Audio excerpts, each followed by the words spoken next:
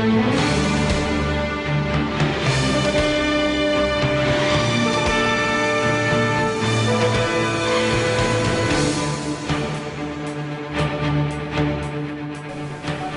tengo un máster, sí señor, pero un máster como los que Dios manda, no los que hacen ahora algunos.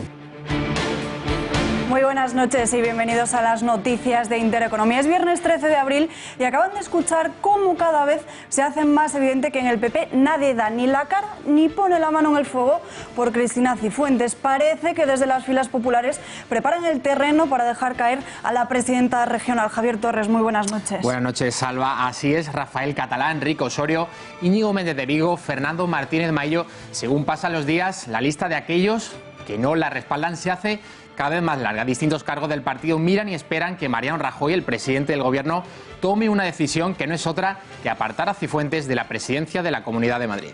Pero no es Cristina Cifuentes la única que se ha visto envuelta en polémica. Diferentes políticos de nuestro país salpicados por inflar, adornar e incluso falsear sus currículos, Javier. Es el caso de José Manuel Franco, secretario general del Partido Socialista de Madrid, con una licenciatura de matemáticas que no tiene, pero de la que se ha beneficiado para poder impartir clases. El caso de Franco es llamativo porque es el mismo que registró la moción contra Cifuentes. Incluso Podemos, la formación que hace alarde de higiene democrática, tiene un diputado que se ha visto obligado a dimitir por haber mantenido que tenía una ingeniería industrial nunca terminada. Repasaremos las últimas polémicas a lo largo de este informativo y el resto de actualidad en nuestro sumario.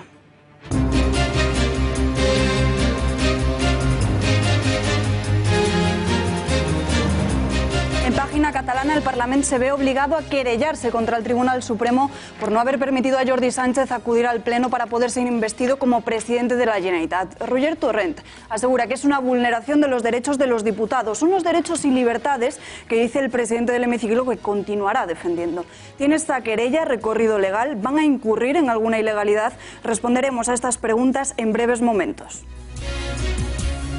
La mesa del Parlament de Catalunya ha fet un acte fa uns moments en aquest sentit perquè, evidentment, a nosaltres ens correspon defensar, a través de la defensa dels drets particulars.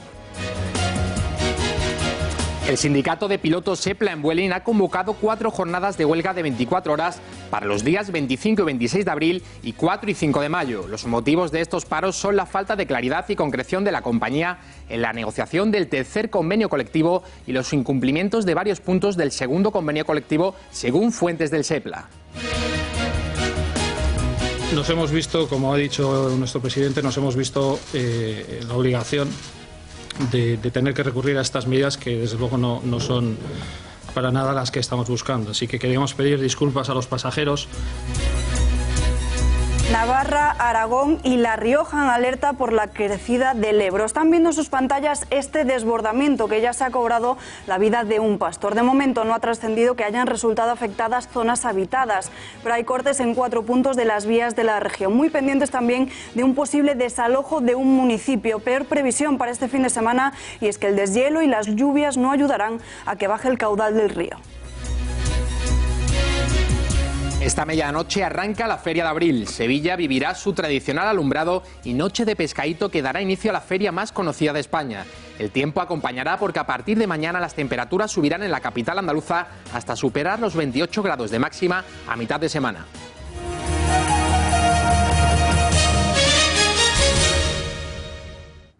La Universidad Rey Juan Carlos toma cartas en el asunto polémico del máster de Cifuentes. El rector Javier Ramos ha suspendido al director del Instituto de Derecho Público y catedrático de Derecho Internacional, Enrique Álvarez Conde. Pero no es esta la única acción que se ha llevado a cabo. También la universidad ha abierto un expediente disciplinario a la funcionaria Amalia Calonge. El rector ha trasladado toda la documentación a la Fiscalía y, de dictarse sentencia firme, dice, reconociendo los hechos, se iniciarán los trámites pertinentes para anular el máster de Cristina Cifuentes. Estas decisiones ocurren después de que este miércoles la Conferencia de Rectores de España anunciara que se produjeron graves irregularidades en el posgrado de la presidenta regional. El portavoz del Gobierno y ministro de Educación y Cultura y Deporte, Íñigo Méndez de Vigo, ha señalado que no hay que dejarse llevar por los impulsos en el caso Cifuentes, sino que hay que esperar al fin del resultado de la investigación de la Universidad Rey Juan Carlos. la universidad concernida pidió la participación en esa investigación interna que está llevando a cabo y que es la única que puede pedirla a la Conferencia de Rectores de Universidades Españolas. La CRUE, esta conferencia, nombró a 2 profesores que también se han incorporado a ello. Hay otras medidas que han sido enviadas a la Fiscalía. Ese es el ámbito en el que tenemos que movernos, esperar que la universidad haga su trabajo y conocer cuáles son las conclusiones. Como vemos, sin prisa en Moncloa para decidir sobre el futuro de Cifuentes. Y mientras Méndez de Vigo dice que no hay que actuar por impulso y deja el asunto en manos de la universidad, Rafael Catalá, el ministro de Justicia, espera que sea la propia Cifuentes la que tome las decisiones que correspondan. Luego hemos ido conociendo que esos papeles parece que alguna firma no es auténtica, parece que no se han presentado los trabajos, que no aparece el trabajo, que hay una inspección que ha hecho la Conferencia de Rectores que también levanta algunas incertidumbres. Yo creo que todo eso ha añadido mucha información respecto a la que teníamos aquel día.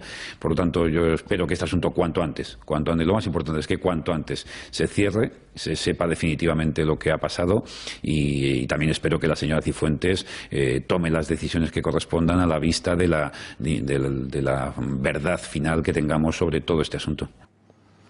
El secretario general de Ciudadanos, José Manuel Villegas, ha señalado que la suspensión del director del máster de Cifuentes, Enrique Álvarez Conde, ha agravado la situación y obliga a Rajoy a actuar. Por su parte, el secretario de Organización del PSOE, José Luis Ábalos, ha pedido hoy a Ciudadanos que dé libertad de voto a sus diputados en la Asamblea de Madrid en la moción de censura contra Cifuentes. Por lo tanto, las decisiones de hoy lo único que vienen es a agravar más, si cabe, la situación de la señora Cifuentes, a darle más importancia al problema que hay encima de la mesa. Insisto, a poner, yo creo, más claro la decisión que tiene que tomar el señor Rajoy. O avala toda esta trama o avala todas estas irregularidades el señor Rajoy no haciendo nada, o cambia a la señora Cifuentes.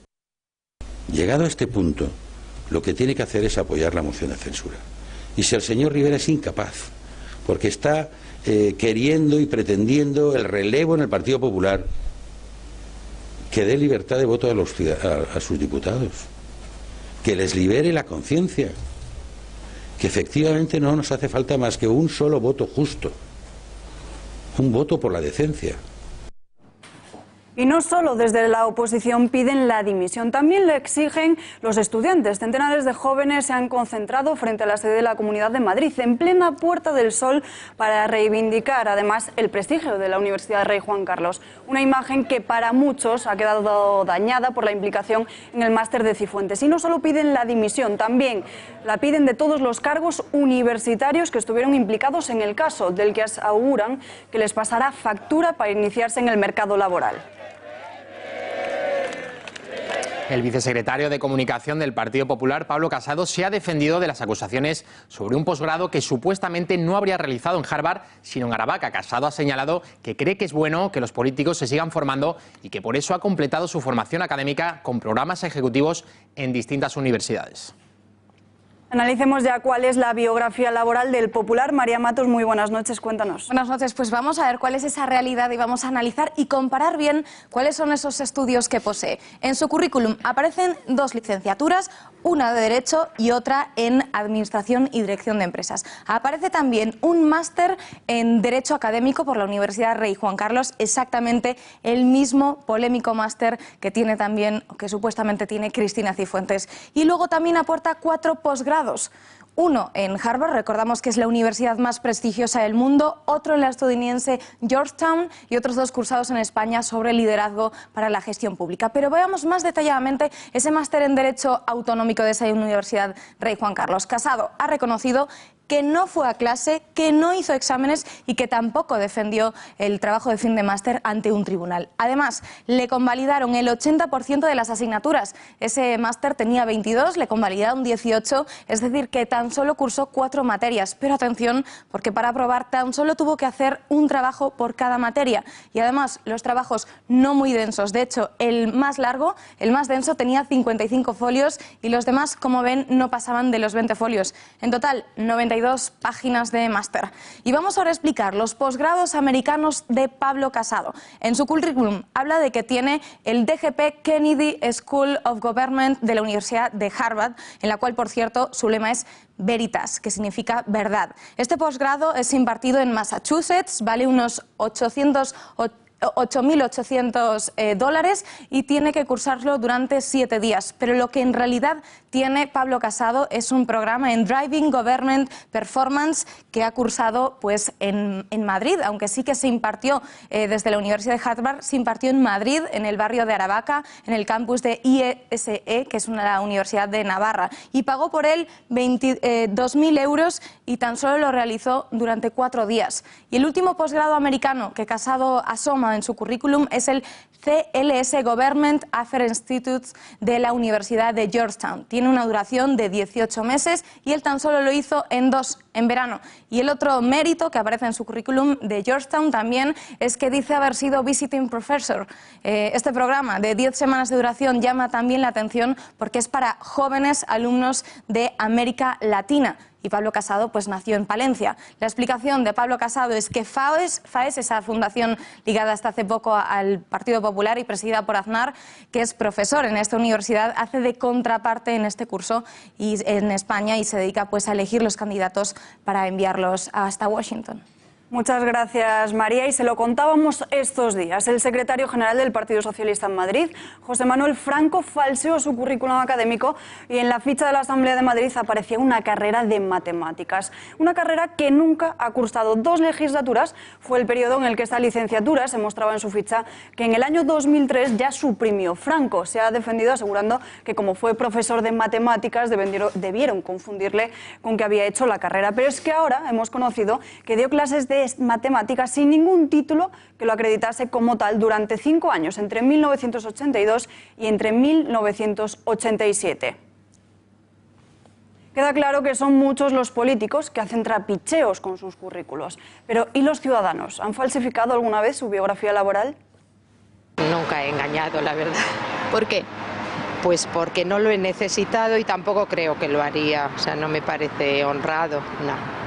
No, que debes de poner lo que tú has estudiado y lo que has obtenido con tu esfuerzo, punto, nada más. Porque yo creo que a veces si engañas y luego te hacen una entrevista, pues se ve que no es verdad.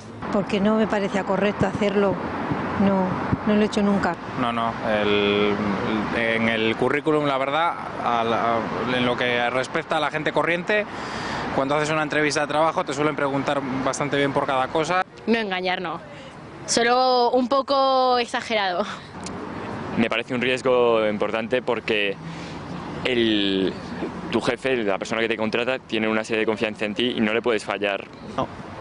No lo he hecho nunca porque, aparte del juicio ético sobre el asunto, me parece muy arriesgado, como se ha visto ahora con los casos que han salido a la luz.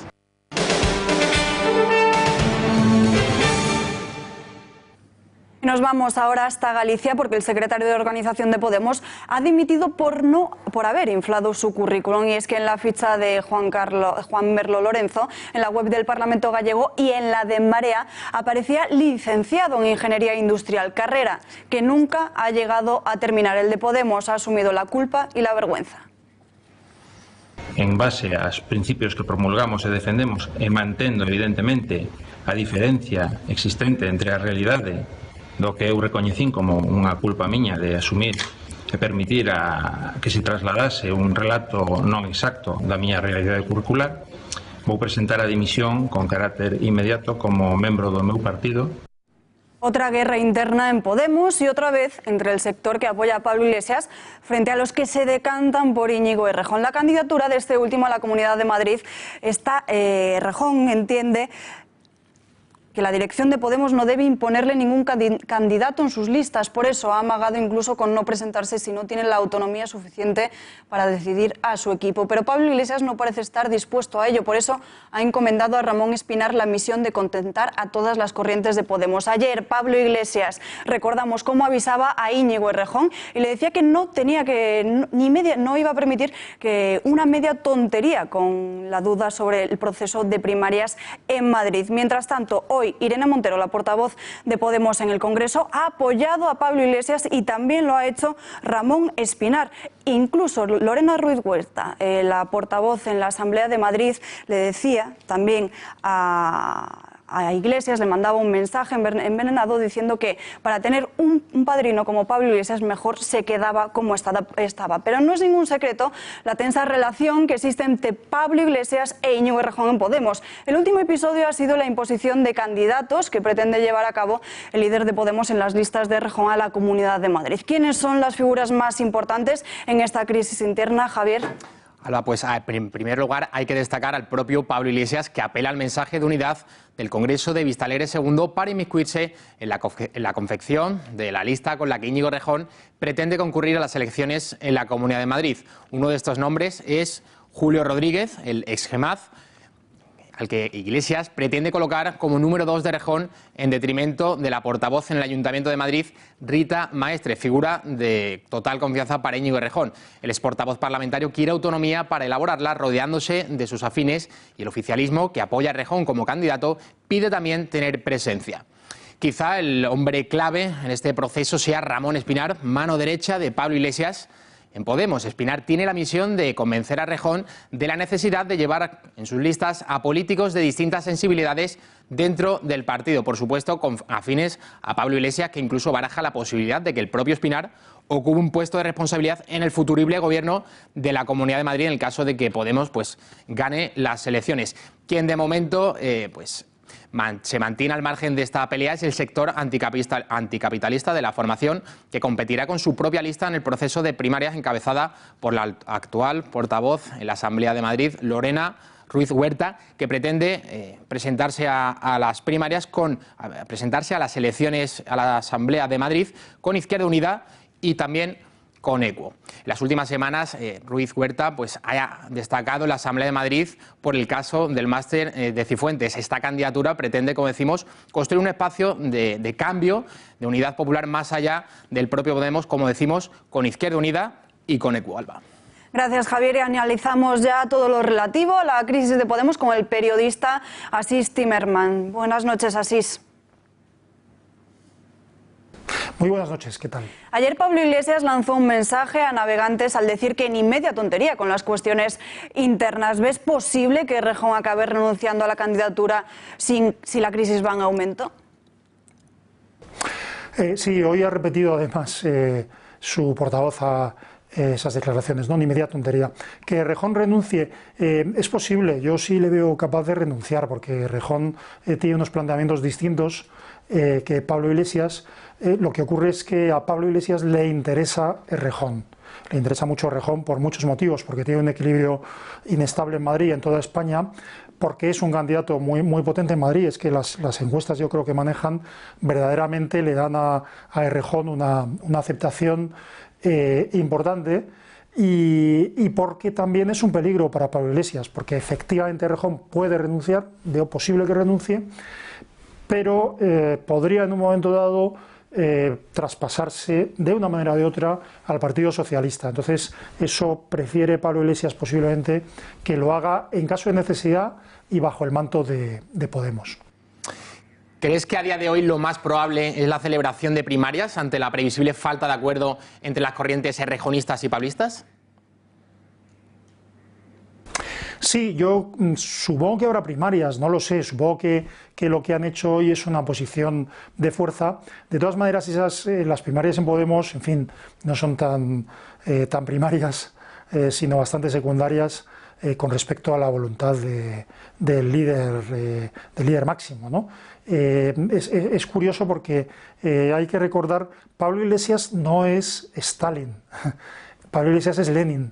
¿Qué quiero decir con esto? Que Pablo Iglesias es un poquito como, bueno, Lenin en cutre, desde luego, el Lenin de Vallecas, pero no, para él esto no es algo personal. Quiero decir, él tiene un aprecio por Errejón, pero no es de piolet como Stalin, sino de que si no me sirves te expulso y si me vuelves a servir te acojo en mi seno, como pasó entre Lenin y Trotsky.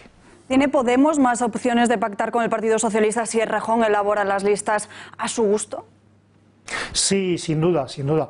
Lo que pasa es que, vamos a ver, el pacto de Errejón o de Podemos con el PSOE, claro, a Errejón le interesa con el mayor bagaje posible. Quiero decir, a Errejón le interesa tener una posición fuerte en Podemos para desde allí, digamos, bueno, pues ser, digamos, ese enlace con el Partido Socialista. Pero evidentemente las ganas enormes que tiene el pedrismo, ¿no? El Pedro Sánchez ahora mismo de pactar con Podemos son más fáciles si está Errejón. Pero también si por lo que sea Pedro Sánchez desaparece o es derrotado en su momento, su sucesor también se entenderá mucho mejor con Errejón y con su gente que con Pablo Iglesias, que es menos, digamos, en eso menos cerebral y más sectario que Errejón, aunque tiene la misma ideología. ¿Tiene el sector anticapitalista de Lorena Ruiz Huerta alguna opción de imponerse a Errejón? Bueno, depende del equilibrio inestable, digamos, que cause estas peleas y esta intervención de Espinar como esbirro de Pablo Iglesias. Pero yo creo que no. Yo creo que en principio no lo tiene, pero precisamente con ese peligro, entre comillas, de los anticapitalistas puede jugar Errejón, aunque también nos adelanto que yo creo que los anticapitalistas en Podemos ni son tan fieros como parecen, ni son tan peligrosos para Podemos como podemos pensar desde fuera. Y por último, para aquellos que conozcan en profundidad quién es quién en esta guerra, ¿qué debemos de saber de Ramón Espinar, el candidato pablista? ¿Qué línea política se impondría si él o sus hombres son al final los ganadores? Es la voz de su amo. Es la voz de su amo, pues es el pijismo progre ultra de, bueno, el hijo de las Black, que jugaba a Juventud sin Futuro, es de donde viene, en unas formaciones, bueno, que tanto como Izquierda Anticapitalista, antes de presentarse con Podemos, obtuvo, creo recordar, que el 0,013% de los votos en las elecciones europeas anteriores a aquellas a las que ha presentado con Podemos. Espinar también sabe que no es gran cosa sin Pablo Iglesias, pero sobre todo está dispuesto a hacer cualquier cosa literalmente. Creo que se dice que ha falseado las actas para garantizar que Errejón no pueda elegir a su gente y hará cualquier cosa por servir a Iglesias, porque no es nadie ni es nada sin Iglesias. Tendría que volver a sus pisos de protección oficial o a casa de papá, que tampoco estaría del todo mal. Muchísimas gracias, Asís. Un placer y a vuestra disposición siempre.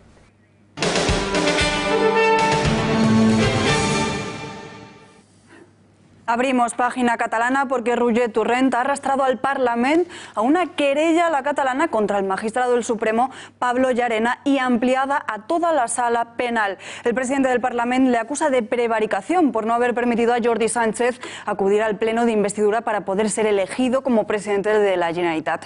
Los letrados de la mesa se ven obligados a cursar y redactar esta querella a pesar de que ya han avisado y de haber mostrado su desacuerdo. 1, porque no son expertos penalistas. 2, porque la querella no va a prosperar y 3, porque aseguran que no tiene base legal.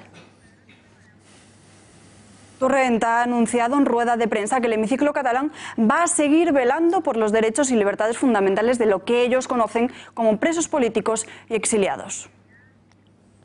La mesa del Parlament de Catalunya ha fet un acte fa uns moments en aquest sentit perquè, evidentment, a nosaltres ens correspon defensar, a través de la defensa dels drets particulars de diputats i diputades sotmesos a aquesta repressió política, alguns dels quals a la presó, per tant presos polítics i d'altres a l'exili.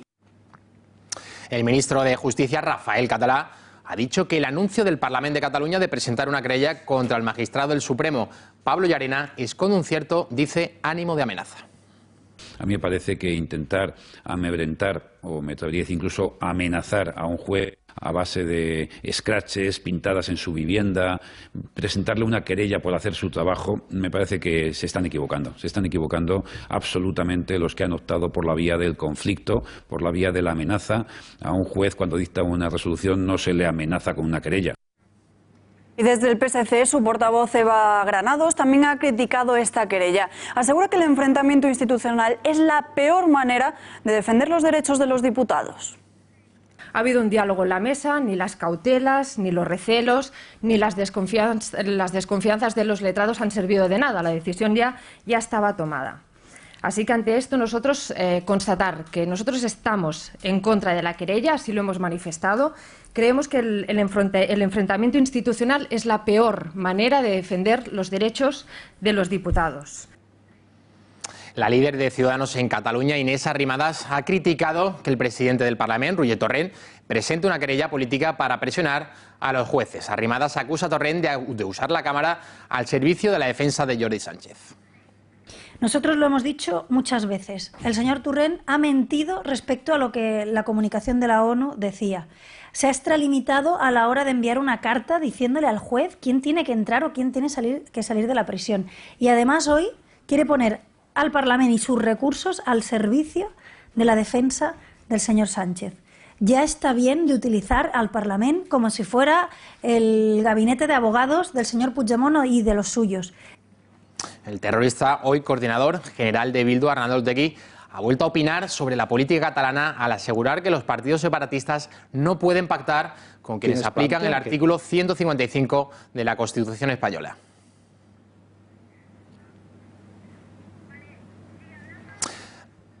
Marta Rovira habla por primera vez desde que huyó de la justicia española. La secretaria general de RC asegura que está en Suiza para denunciar la persecución política y defender sus derechos políticos y civiles. Vean. És molt clar el que he hagut de fer, que és marxar a la força, marxar obligatòriament, perquè si no el que havia d'assumir eren les conseqüències d'una persecució política absolutament desproporcionada, desmesurada, que no cap en un sistema polític i democràtic. Ens interessa molt explicar que fugim d'una persecució política i que no volem fugir d'aquí, sinó que aquí venim a buscar protecció, venim a buscar l'oportunitat de continuar lluitant contra aquesta injustícia que significa la persecució política. Y por lo tanto estamos ante un grave problema de amenaza democrática con quienes plantean que en las reglas de juego entra que mañana, por ejemplo, a petición del Gobierno y bajo confirmación del Senado, a nosotros nos pueden dejar sin autogobierno, no se puede pactar. Y para entender si la querella del Parlamento tiene realmente viabilidad legal y conocer si con ella incurrirán en ilegalidades, tenemos conexión con el director de Confilegal, Carlos Berbel. Señor Berbel, muy buenas noches. Buenas noches.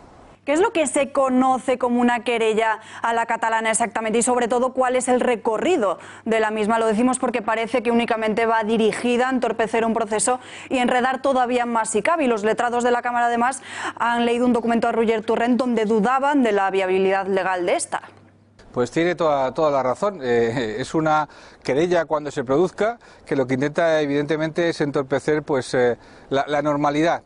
Una querella catalana es aquella que se pone sabiendo la falsedad de lo que se está afirmando con el fin de obligar a otra parte a negociar. Pero aquí no sé qué van a negociar.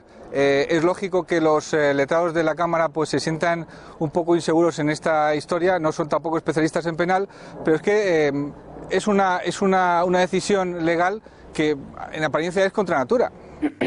Ciudadanos ya ha anunciado que va a denunciar a la mesa del Parlamento y el PP lo está estudiando. ¿Incurren en un delito de malversación por el uso indebido de fondos públicos? ¿Y quién paga estos servicios jurídicos? A ver, malversación puede ser también una denuncia falsa. Lo que está claro, evidentemente, es que la base de la querella, que es la resolución de Naciones Unidas, entre comillas, porque no es una resolución, es una falsa resolución, es una fake news, como se dice en estos tiempos, que lo que hace simplemente es decir que han recibido esa queja por parte de los representantes legales de Jordi Sánchez. La cuestión no tiene demasiado recorrido, pero sí va a tener recorrido, evidentemente, en medios de comunicación, lo estamos viendo, esto es una prueba, y sobre todo va dirigida al consumo de la parroquia independentista.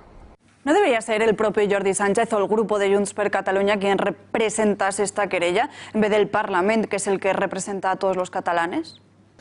Tiene mucho de razón, evidentemente, pero es que esa querella que vaya a presentar, si se presenta, se va a presentar ante una sala de admisión del Tribunal Supremo y casi con toda seguridad esa querella pues no va a ser admitida, ni posiblemente la pasen a valoración, a informe por parte de la Fiscalía. Por lo tanto, es que no tiene recorrido, es más para consumo mediático que otra cosa. Los separatistas han encargado la redacción de esta querella a los letrados del Parlamento, algo que les ha sido encomendado por la fuerza. ¿Podría negarse de alguna forma? Evidentemente, si consideran que la elaboración de esa querella va justamente contra el ordenamiento constitucional, contra la propia ley, pues evidentemente podrán negarse de la misma forma que se niega un militar cuando recibe una orden que va contraria a la Constitución y a las leyes. Es decir, evidentemente van a tener el amparo del gobierno central y por supuesto de la oposición, pero insisto, no tiene demasiado recorrido esto, desde mi punto de vista. Y por último, señor Berbel, ya hemos visto que Torrent intentaba quedarse al margen y no inmiscuirse o enfrentarse, mejor dicho, a la justicia española. Pero con este paso se está poniendo a la altura de su antecesora, Carme Forcadell. ¿Se está sobrepasando en sus actuaciones o no? A ver, la base para que Jordi Sánchez se pueda presentar de candidato a presidente de la Generalitat es una fake news, una falsa resolución de las Naciones Unidas. Desde ese punto de vista es que el señor Torrent se está retratando. Sí, evidentemente va por la misma línea. Lo que pasa es que el tiempo pasa y el 22 de mayo, si no hay un candidato elegido, habrá nuevas elecciones. Tendrán que explicar a la ciudadanía por qué están renunciando al autogobierno. Gracias por poner un poco de luz sobre este asunto. Muy buenas noches. Buenas noches. Acciones judiciales contra el independentismo, y es que España y Alemania están negociando una aclaración de la resolución anterior para conseguir extraditar a Carles Puigdemont por rebelión. Durante un encuentro en La Haya, celebrado en esta sede, fiscales españoles han compartido más información con los alemanes para que el tribunal de Holstein reconsidere su decisión de excluir la entrega del expresidente por considerar que no hubo el grado suficiente de violencia. Un encuentro de lo más habitual para tratar estos asuntos. Fuentes jurídicas explican que un posible cambio de criterio estaría dentro de la normalidad. Los escoltas del exministro del Interior, Jorge Fernández Díaz, han denunciado que un coche camuflado de la Generalitat ha estado siguiéndole durante los últimos días en Barcelona. Los responsables de seguridad del exministro detectaron a las 12 menos cuarto del jueves de la semana pasada un vehículo sospechoso con las lunas tintadas que estacionaba en la puerta del domicilio particular de Fernández Díaz en la ciudad condal sin que sus ocupantes lo abandonaran.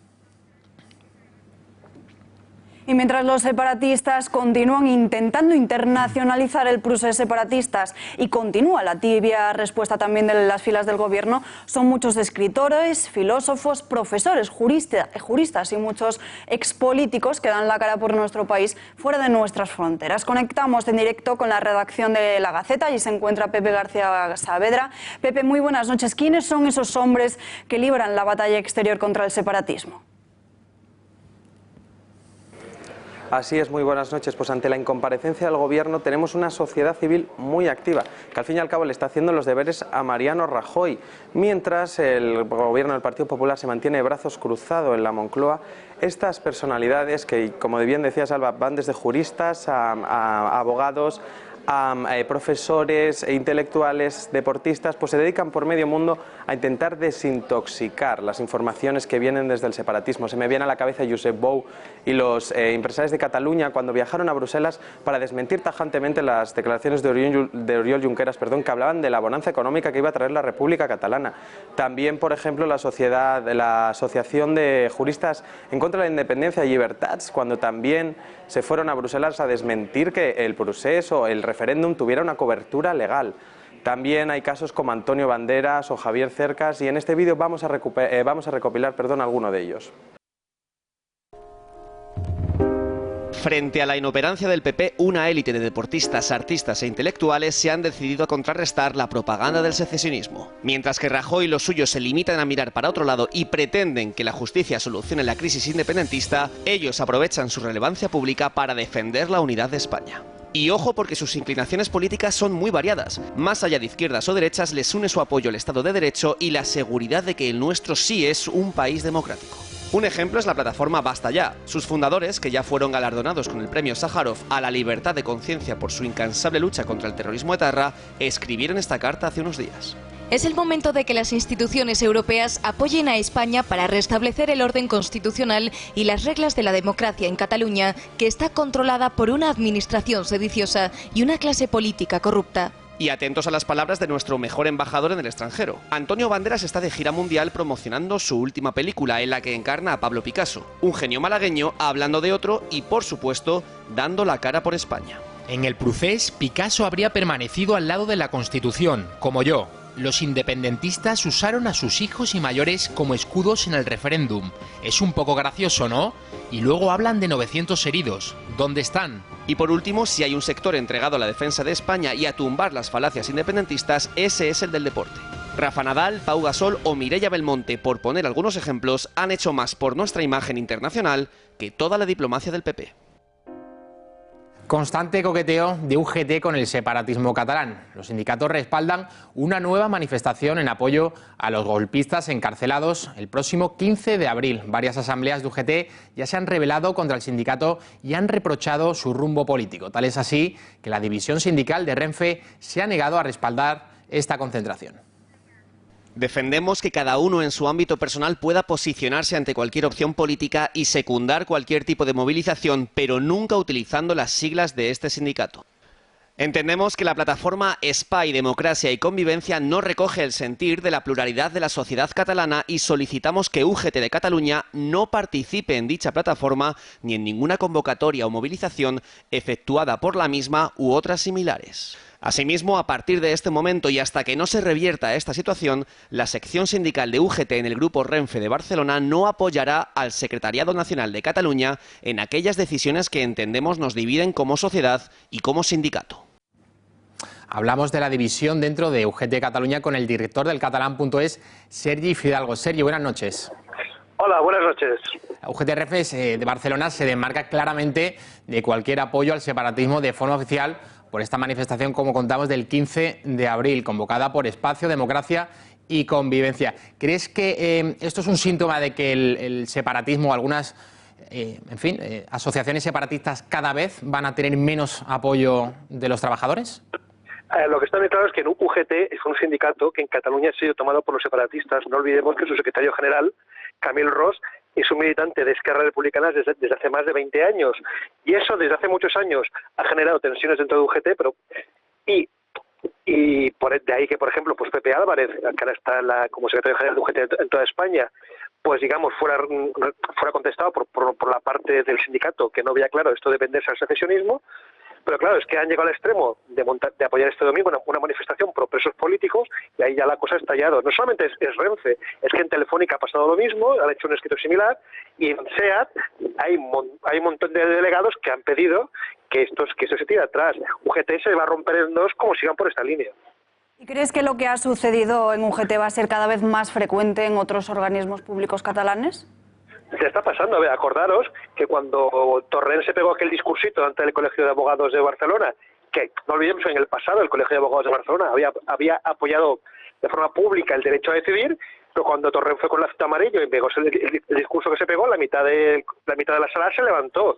Ya empieza a haber mucha gente que está muy harta y que hasta ahora se callaba y que ya no se calla, y eso es positivo, porque lo interesante es que los 2 millones largos y medio de catalanes que nos sentimos españoles, no nos callemos y digamos lo que le pensamos. Y estoy de acuerdo con vosotros que sí, va a pasar, está pasando y pasará. Sergi, que un sindicato cuya razón de ser es la de defender a los trabajadores sin inmiscuyan cuestiones políticas, pues no deja de ser una anomalía.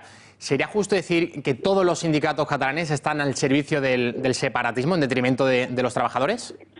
En el caso de UGT, por supuesto, porque UGT se ha hecho una operación que se llama entrismo, que hicieron hace 20 años, que digamos que Pepe Álvarez dio cabida a las juventudes de Esquerra dentro de las juventudes de UGT, dentro de un colectivo que se llama Avalot, y esa gente que hace 20 años eran jóvenes se han convertido en cuadros medios, y uno de ellos, que es Camil Ros, es el secretario general actual de la UGT catalana.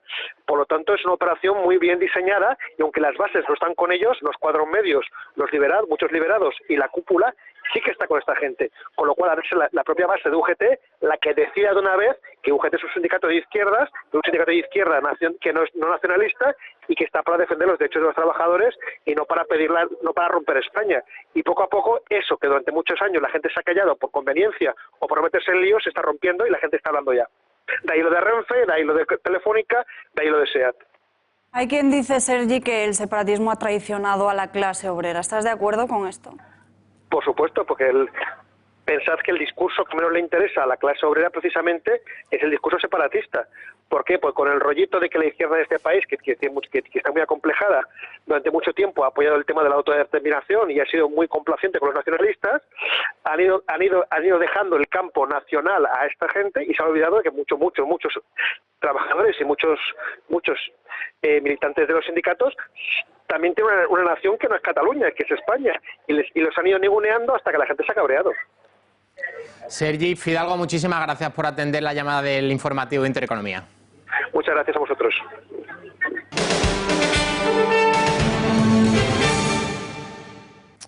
El secretario general del PSOE, José Luis Ábalos, ha celebrado el auto de la titular del juzgado número 21 de Valencia, emitido hoy. Para Ábalos, este auto demuestra que no hay trama y descarta que haya habido financiación ilegal o irregular del PSOE valenciano. Aún así, ha derivado las posibles consecuencias de este caso a la investigación interna que ha abierto el partido en Valencia. Ábalos ha asegurado que Ferraz será contundente si de esa investigación se derivan responsabilidades y aplicará los estatutos contra los supuestos responsables. Hablamos ya de la financiación del Partido Socialista Valenciano con la periodista Cristina Seguí. Cristina, buenas noches. Hola, buenas noches, ¿qué tal? Hay quienes han comparado el caso Gürtel con el de la financiación del Partido Socialista Valenciano. ¿Es acertada esta comparación?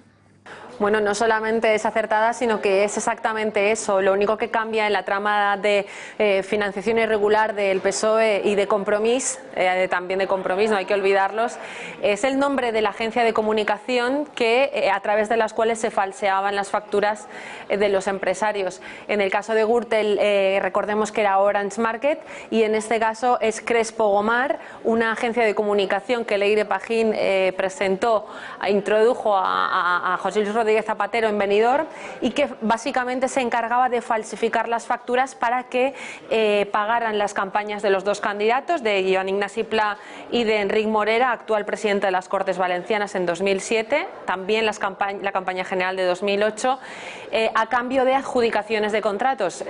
Esta trama además alcanza al Partido Socialista a nivel nacional, la señora Ana Arbona, presidenta actual del Partido Socialista, el señor Zapatero, etcétera, etcétera. Cristina, ¿por qué crees que no se está produciendo la cacería mediática que sí se vivió con el expresidente valenciano Francisco Camps? Bueno, pues habría que preguntarle a la señora vicepresidenta del Gobierno, Soraya de Santa María, ¿no? Porque desde luego es inexplicable que en ninguna de las cadenas nacionales se esté tratando este tema en absoluto. ni siquiera vamos a comparar las 169 portadas que Francisco Camps tuvo en el diario El País, otras tantas en El Mundo. Hasta ahora, hoy por ejemplo han sido portada El Mundo, es verdad, porque la juez ha dicho que hay delito de malversación, de falsedad documental, etcétera, etcétera. Sí, en la fase indiciaria, por supuesto, falta quitar el secreto de sumario y empezar a llamar a declarar e imputar gente, pero quizá más allá de esa pretendida superioridad moral de la izquierda es que la derecha no lo está combatiendo en absoluto, ¿no? Cristina, gracias. Muchas gracias a vosotros. Y abrimos página económica porque la aseguradora AON ha advertido del aumento del riesgo de invertir en España. Según el informe de la empresa, el terrorismo y la violencia política son los dos factores que han hecho que España haya pasado de un riesgo bajo a un riesgo medio. En este sentido, nos situamos ahora en la misma categoría que Francia, Alemania, Bélgica o Reino Unido. Pero eso sí, un escalón por encima de Italia y 2 por encima de Portugal. Y nos vamos ahora a nuestra redacción de informativos para ampliar esta información. Allí está Marta García Villanueva. Marta, muy buenas noches. Buenas noches. Ahora España se encuentra entre los 17 países que han aumentado su calificación de riesgo de inversión por violencia política, ¿no es así? Sí, así es.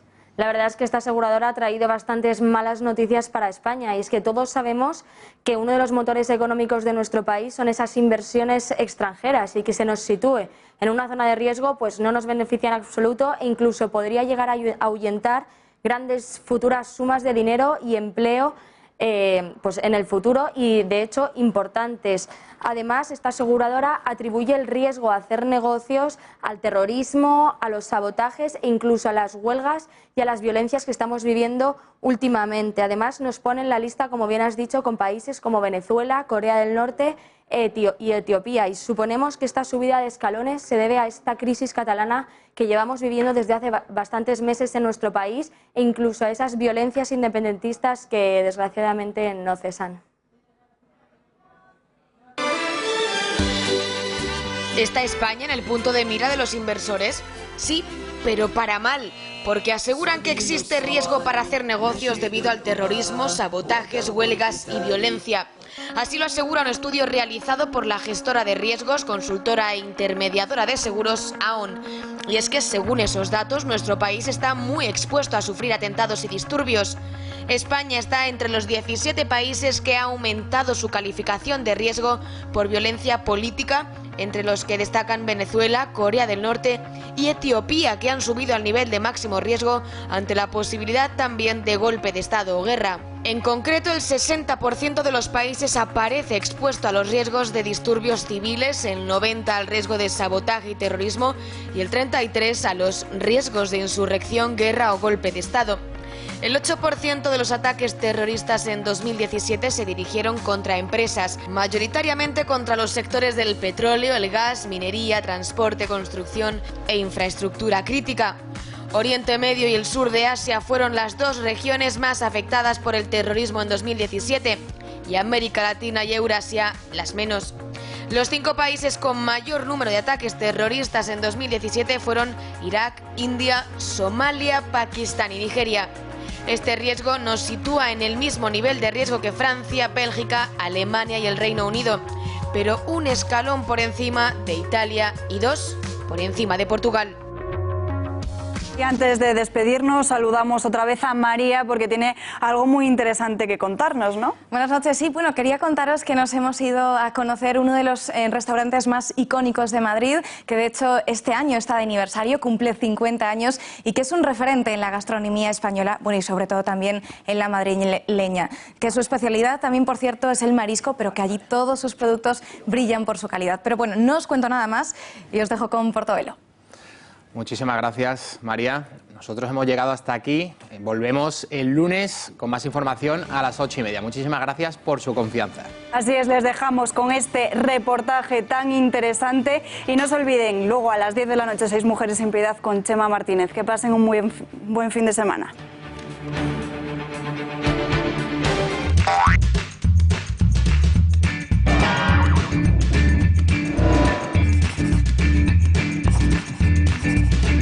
Hola amigos, estamos en el número 18 de la calle Rosario Pino, enfrente de una de las marisquerías más emblemáticas de todo Madrid, Portobelo.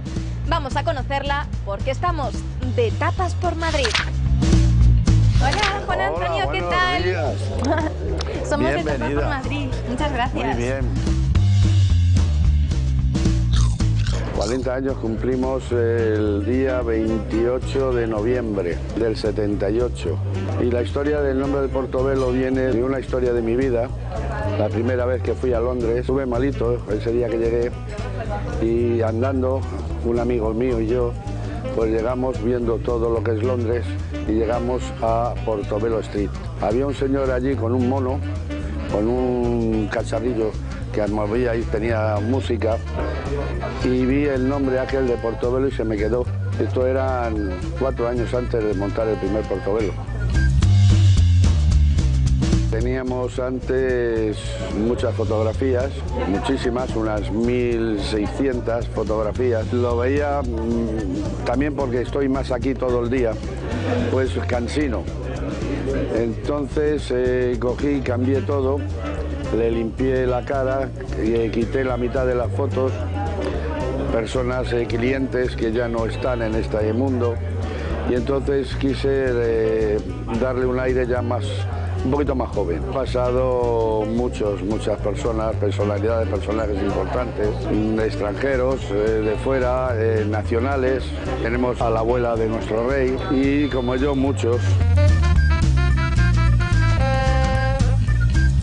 Lo primero que aprecian es que se les da los buenos días, buenas tardes en voz alta, como si estuviéramos mucha confianza como la que hay y muy distinguido. Después la atención y sobre todo la calidad de los productos que les damos. Especial es el marisco. Angulas en esta época muy buenas, percebe, camarón, centollos, todo marisco bueno, muy bueno y recibido directamente. El pescado es igual que el marisco porque mi madre me parió encima de una caja de boquerones y soy pescadero de nacimiento y sin cura.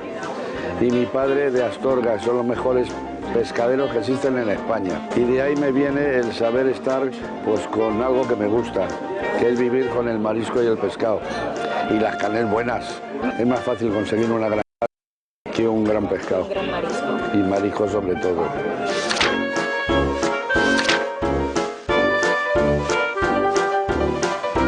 Vemos aquí 4 tapas preparadas, Juan Carlos, pero cada una de ellas, como vemos, es muy diferente, ¿no? Sí. ¿Qué tienen? Por ejemplo, vamos a ver esta. Vale, mira, tenemos una tapa de merluza con gula. La ponemos sobre un pan tostadito, le ponemos alioli, que es nuestra alioli de la casa, es muy rica. Le ponemos un trocito de merluza de pincho a la plancha, gulas, y le hacemos unos ajitos tostados con guindilla y un toque de aceite de oliva, muy rico. Bueno, imagino que la gula, claro, todo el mundo la elegirá. Muy buena, sí, la verdad que sí. Y esta segunda que ya vemos, la sardina, pues sí, a pesar de que parece una tapa muy sencilla y muy fuera de lo común, pero te digo, es una tapa bastante buena porque es una sardina ahumada que hacemos aquí y la ponemos sobre un pan tostado, tomatito rallado y pimientos de padrón. ¿Y esta por aquí qué es? Esta es una de las tapas, pues mira, más poco común porque se junta un poco el mar con lo que es con la tierra, ¿vale? Y está muy rica porque es un pan tostado con alioli, le ponemos colas de langostinos fritas y jamón, muy buen jamón que le ponemos cortadito, 5J, y además que un toquecito de aceite de oliva. Bueno, yo, Juan Carlos, le voy a pedir a ver si me deja probarla. Claro que sí, mira, si es que esta tapa unos ojos que vamos. Es una de las tapas más... ¡Qué rico! Además que es una de las tapas más estrella de Portobelo. O sea, esta es la tapa estrella, la que pide todo el mundo. La que más todo el mundo pide, sí. Con el jamoncito. Mira. Langostinos, vamos a probarla. Prueba.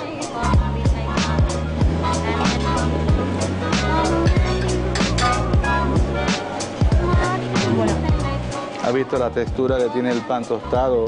El tomatito, sientes todos los sabores, te mezcla el alioli con el langostino. Una de las mejores tapas que he probado. Sí, la verdad Habéis acertado, desde luego, mezclando, como tú dices, el mar y la muy tierra. Rica, sí. Porque tiene un sabor, notas todos los sabores de cada ingrediente. Sí, sí. Buenísima. ¿Y esta última? Esta es una tapa, pues mira, es la tapa nueva de Portobelo.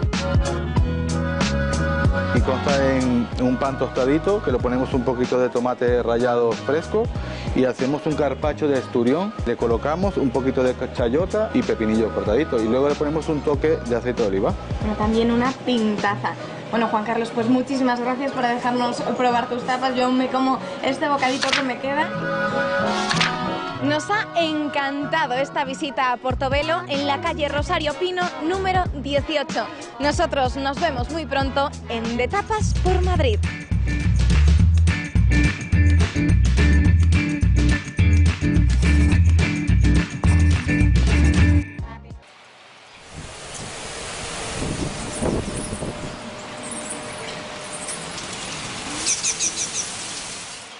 Este domingo de nuevo nos vamos a ver afectados por la llegada de un nuevo frente. Entra por el oeste de la península, eso sí, va a ser un frente poco activo, nos va a traer muchas nubes, pero poca lluvia. Sobre todo afectará a puntos de Galicia, también Asturias, la meseta norte y ya por la tarde dejará algo de lluvia en Extremadura. En el centro tendremos también bastantes nubes y sin embargo en el este, como veis, ambiente muy tranquilo, muy soleado, tan solo esperamos algunas nubes altas. En las Islas Canarias habrá intervalos nubosos, sobre todo nubes en el norte de las islas de mayor relieve. En cuanto a las temperaturas, pocos cambios respecto al sábado en puntos del centro, también en el sur, donde las temperaturas están ya próximas a los 20 grados. Sin embargo, en el este las temperaturas suben y mucho, y es que en Valencia, en Murcia, podemos llegar hasta los 25 grados, valores que llegan también a los 20 en el nordeste peninsular, tanto en Aragón como en Cataluña, y ambiente en Canarias suave, con temperaturas por encima de los 20 grados.